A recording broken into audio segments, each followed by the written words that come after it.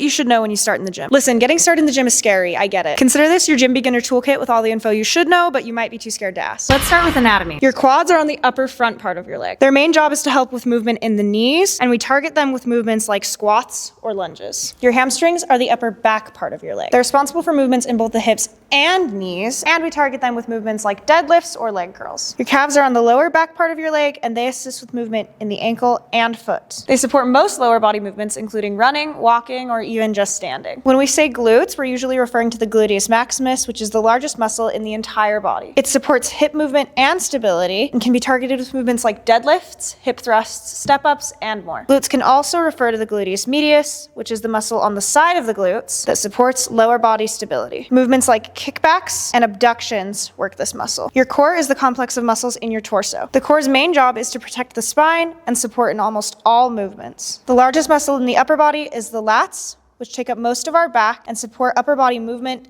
and stability. Movements like rows or pull-ups are beneficial for the lats. Your pecs are the large muscles in your chest. They support posture, shoulder stability, and movement of the arms, and are targeted by movements like push-ups and chest presses. Your triceps are the muscles on the back of your arm, and your biceps are the muscles on the front of your arm. These two work together to flex and extend the elbow. The most visible muscle on your shoulders is your delts, but there's a major network of muscles supporting every time you do a movement like a press or a fly. Now let's talk equipment. Most weighted workouts will use a barbell, dumbbells, or kettlebells. You can set up barbells using a squat rack. For squats or shoulder presses, the hook should be set up so the bar is at about shoulder height. To lift off, center yourself in front of the bar, then duck under and set the bar on the meaty part of your shoulders before you lift off. And then to re-rack, walk straight in and drop your bar onto the hooks. I like to set up my deadlifts from the floor, but you can also use the rack with lowered hooks. For grip, I go a little wider than my shoulders or about a thumb's distance from the smooth part of the barbell.